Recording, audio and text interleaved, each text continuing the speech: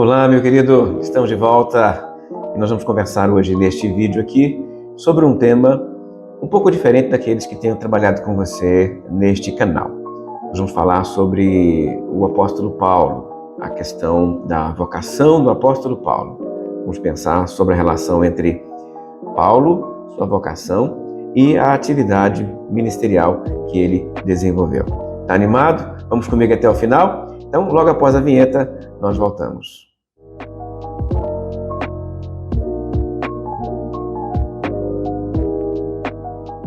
Estamos de volta, vamos conversar então sobre Paulo e o seu ministério, e eu quero iniciar uma reflexão com você aqui agora sobre uma das mais antigas cartas que Paulo escreveu. O Paulo era um pregador do evangelho. Paulo, ele realizava atividades normalmente relacionadas com pregação e plantação de igrejas.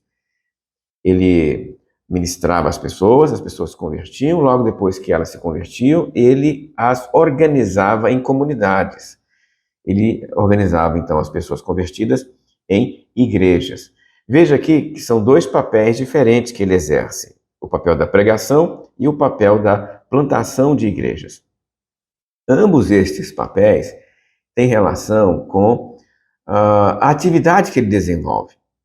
Deixe-me fazer uma pequena síntese com você. A gente não sabe ao certo qual é a data de nascimento do apóstolo Paulo. Nós podemos aí estimar um pouquinho. E é possível que o apóstolo Paulo tenha nascido em torno do ano zero, ali pertinho do ano 1, 2, alguns dizem até o ano 5, mais ou menos. Então, o apóstolo Paulo, em termos concretos, não era tão diferente em idade de Jesus. Talvez uma diferença de 5 anos, um pouquinho mais em relação a Jesus. Ele desenvolve uma vivência na diáspora, ele nasce lá na cidade de Tarso, desce para a Palestina numa certa fase da vida dele, para fazer aí uma caminhada religiosa. Ele se torna discípulo dos fariseus, ou de um fariseu bem situado lá na Palestina. Por quê? Porque ele está querendo fazer essa carreira de fariseu, de religioso, de rabino, é a carreira que o Paulo quer desenvolver. E é nesta posição que nós encontramos o apóstolo Paulo, quando o apóstolo Paulo pela primeira vez aparece no livro de Atos, para participar da morte do Estevão, né, naquele texto triste do martírio de Estevão. Logo depois disso, você se lembra que o apóstolo Paulo recebeu um comissionamento.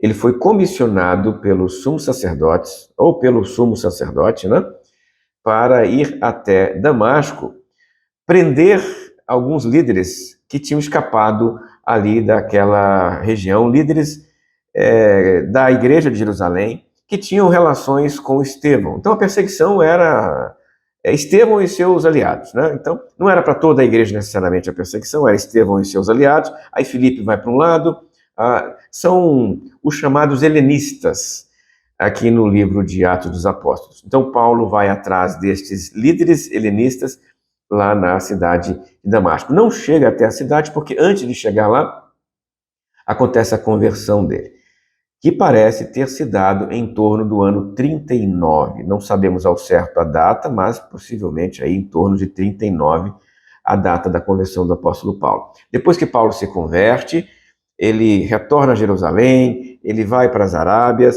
ele retorna para Tarso, e nós vamos perder Paulo de vista por um certo tempo, até que ele aparece de novo no livro de Atos dos Apóstolos, junto com Barnabé e outros 3 irmãos, pregando na cidade de Antioquia.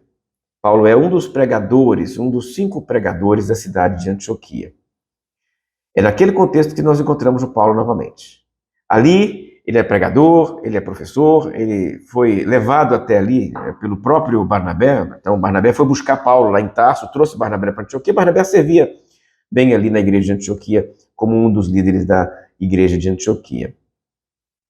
Aquela igreja, naquele contexto ali, então separa o Paulo e o Barnabé para fazer viagens missionárias. Envia o Paulo. A primeira viagem missionária do apóstolo Paulo, ela ocorre entre 46 e 48. São mais ou menos 2 anos, 2 anos e uns quebradinhos, de viagem missionária. Paulo ia, pregava, depois ia para a próxima região, pregava, então ele ia viajando, né? Era uma viagem, tá? Ele visitou Chipre, visitou Pisídia, visitou Listra, visitou Derbe, uma viagem que vai durar mais ou menos 2 anos, e depois ele retorna para a cidade de Antioquia. Então, primeira viagem missionária, de 46 a 48. Até aqui, Paulo é apenas pregador e organizador de comunidades. Nem tanto organizador. Na primeira viagem, ele basicamente prega o evangelho. Ele vai começar a organizar as igrejas e as comunidades que surgem de seu ministério na segunda viagem missionária, que começa no ano seguinte, no ano 49, e vai durar até 52. 49, 50, 51, 52, são 4 anos. E nesta viagem maior do que a primeira viagem missionária, o Paulo, então, retoma a primeira viagem, só que ele se desvia na direção da Galácia, por causa de um conflito com Barnabé. Depois da Galácia, ele termina a caminhada dele pela Ásia, chega até a região marítima e atravessa para a Europa, atravessa para a região, então, da Europa, a Macedônia. Ali, Paulo prega na cidade de Filipos, Tessalônica, Atenas e Corinto. Veja que neste contexto aqui eu quero destacar para você, em especial, Corinto, porque Corinto que está me chamando a atenção nessa minha fala para você aqui. Paulo está então na cidade de Corinto, onde ele vai ficar ali durante os anos 51 e 52. Os 2 últimos anos desta viagem missionária, Paulo gastou em Corinto. Ele ficou 2 anos em Corinto. Então, a viagem que durou 4, destes 4, 2 anos ele passou em Corinto, pregando na cidade de Corinto. Enquanto ele estava em Corinto, ele escreveu a primeira carta aos Tessalonicenses e a segunda carta aos Tessalonicenses. Depois que ele termina essa viagem aqui a Corinto, o Paulo retorna novamente para a região de Tessalônica, de Antioquia, perdão, ele volta para Antioquia. E Antioquia, ele, um pouquinho depois, né, Paulo não para muito, ele retoma a sua terceira viagem missionária, viagem essa que vai durar de 52 a 56, outros 4 anos. Para onde ele vai nessa viagem missionária? Ele sai de Antioquia, vai para a região da Frígia e da Ásia e para em Éfeso durante um longo período. Paulo fica em Éfeso ali durante uma temporada enorme, mas não porque ele quer necessariamente, porque, segundo alguns estudiosos, ele ficou preso em Éfeso durante um período. Então, ele ficou bastante tempo em Éfeso pregando, é verdade, mas uma parte desse tempo que ele ficou na cidade, ele ficou preso, tá? É da cidade de Éfeso ali, enquanto ele estava em Éfeso, que ele escreveu a primeira carta aos Coríntios. Essa primeira carta aos Coríntios deve ter sido escrita no ano 53, um pouquinho depois de Paulo ter chegado na cidade de Éfeso, tá? Após a prisão de Paulo em Éfeso, né? Se a gente trabalhar com essa hipótese da prisão de Paulo em Éfeso, porque não está claro para a gente, é apenas uma hipótese, o Paulo é solto, ele retoma a sua caminhada, a sua viagem, e nesta caminhada e viagem, ele se dirige para a região de Corinto. Então ele atravessa novamente o mar, chega na Macedônia, passa pela Caia, e enquanto ele está fazendo isso, ele escreve a segunda carta aos Coríntios e escreve a carta aos Gálatas. Finalmente ele chega na cidade de Corinto, e ali ele termina a sua última carta, a carta aos Romanos, a sua última carta antes de ele ser preso, porque ele será preso daqui a pouquinho. Depois que ele escreve Romanos, ele desce em direção a Jerusalém, e ali em Jerusalém ele é preso e levado para Roma. Esta é a atividade ministerial de Paulo durante o tempo que Paulo estava solto, né? Que vai de 46 a 48, primeira viagem missionária, 49 a 52, a segunda viagem missionária, e 52 a 56, a terceira viagem missionária do apóstolo Paulo. Esta igreja de Corinto foi plantada ali, então, entre os anos 51 e 52. Em 53, ele escreveu uma carta, e um ano depois ele escreve uma outra em função de dificuldades que ele enfrentava na estruturação e organização da igreja. Paulo escreve as cartas aos Coríntios porque a igreja está dando trabalho para ele. A igreja de Corinto nasceu numa cidade relativamente grande da época, era a maior cidade do Peloponeso, ali na região. Ela tinha mais ou menos 250 mil habitantes naquele período histórico. E o Paulo escreve muito para ela porque ela precisa de muita orientação. E tanto a primeira carta quanto a segunda carta são cheias de informações contextuais sobre a igreja de Corinto. Mas o que me interessa nesse momento aqui não são as informações contextuais sobre Corinto. São as informações contextuais sobre o apóstolo Paulo.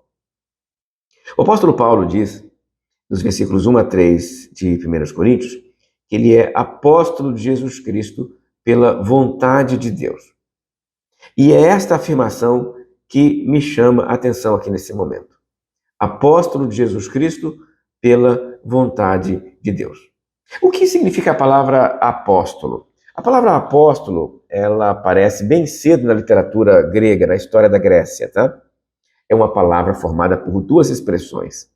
Apó mais estelo. Apó é uma preposição que significa de algum lugar, e estelo é um verbo que significa portar, carregar. Literalmente significa aquele que é enviado com algo, aquele que é enviado portando algo. Você percebe aqui que é um adjetivo, é um atributo, é uma qualidade. A qualidade de uma pessoa, de alguém que foi enviado portando uma carga, portando uma mensagem. Este é o apóstolo, né? Ou então o apostelo, aquele que é enviado. Os rabinos, por exemplo, no período interbíblico, que tinham contato com as comunidades da diáspora, esses rabinos que saíam visitando as comunidades da diáspora, recolhendo dinheiro para o sustento do templo, eram chamados de apóstolos. Os rabinos eram chamados de apóstolos. Mas eram chamados de apóstolos porque eles eram apóstolos do templo. Apóstolos do templo porque eles saíam visitando as comunidades judaicas da diáspora pedindo recursos para o templo. Quando o Saulo foi até Damasco caçar os crentes, ele era um apóstolo do sumo sacerdote.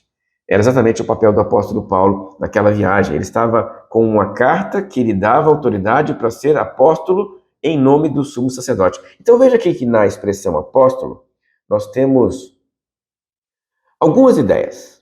Ideia número 1, a ideia de ser enviado. Apóstolo é aquele que é enviado. Ele é encarregado de. Ele é mandado para algum lugar. Né?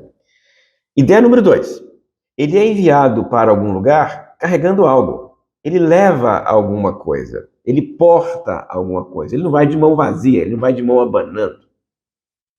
Terceira ideia, já que ele vai carregando algo, ele carrega algo em nome de alguém.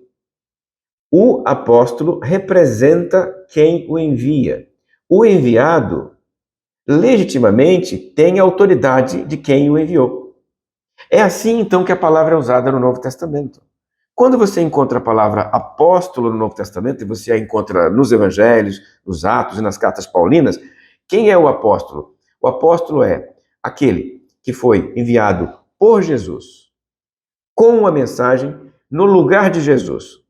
Percebeu os 3 elementos aqui? Foi enviado por Jesus, com uma mensagem em lugar ou no lugar de Jesus. Eu preciso dizer para você ainda que a palavra apóstolo, ela tem 2 sentidos nestas obras que eu mencionei aqui agora. Um mais restrito e o mais amplo. O restrito e o amplo, o ampliado. Quem usou a palavra de forma restrita foram os discípulos de Jesus. Aqueles discípulos de Jesus ali de Jerusalém. A igreja de Jerusalém.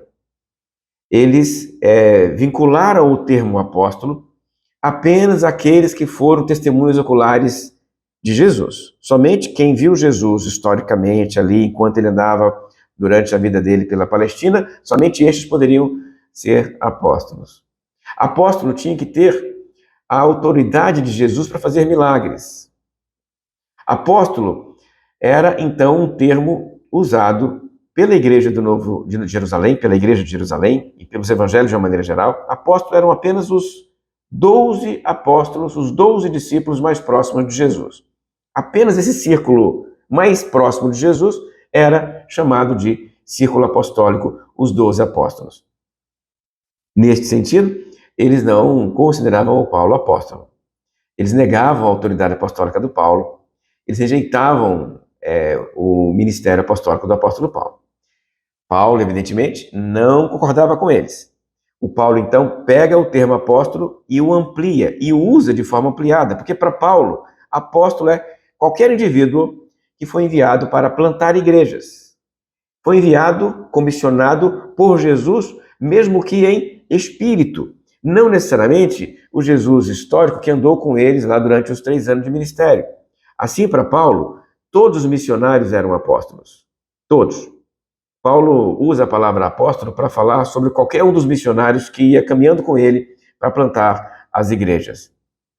Desde que eles tivessem o dom do apostolado. Porque para Paulo, apóstolo é mais do que um período de relacionamento e experiência com Jesus.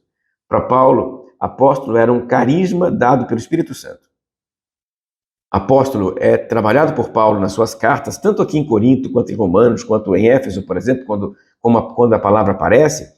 A palavra apóstolo é um carisma, um dom dado por Deus para fazer a missão.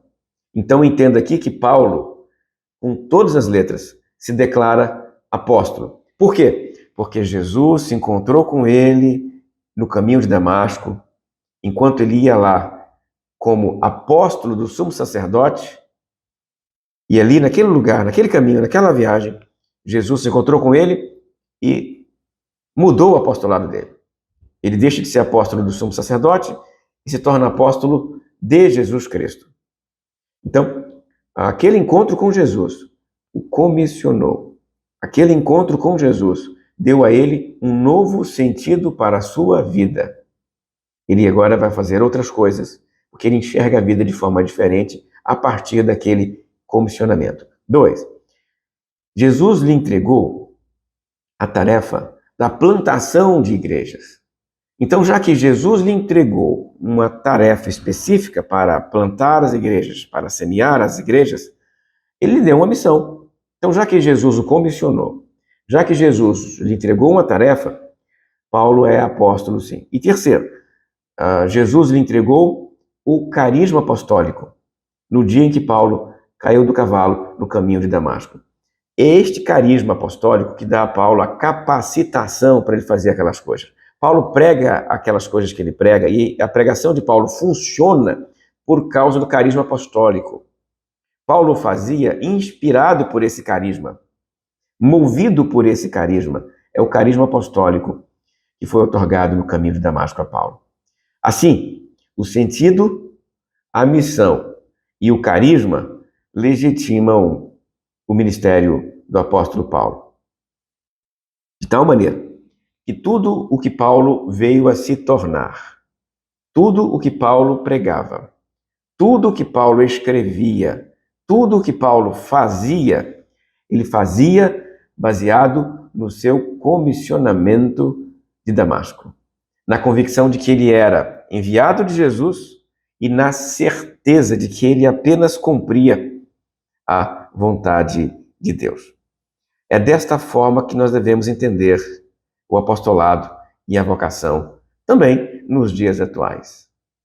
Vocação e apostolado é carisma, é comissionamento, é direcionamento de vida, é mudança de vida. Mudança essa que atinge o indivíduo de cima para baixo. Deus o atinge e a partir daquele momento ele é transformado. Ele se torna alguém que tem uma nova razão de ser. Que razão é essa? Ele é um enviado com uma mensagem em nome de Jesus, no lugar de Jesus, com a autoridade de Jesus. Combinado? Vamos parar por aqui.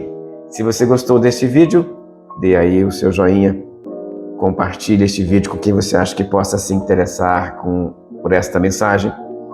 Escreva nos comentários se você gostou e eu te vejo numa próxima oportunidade. Até lá, se Deus quiser.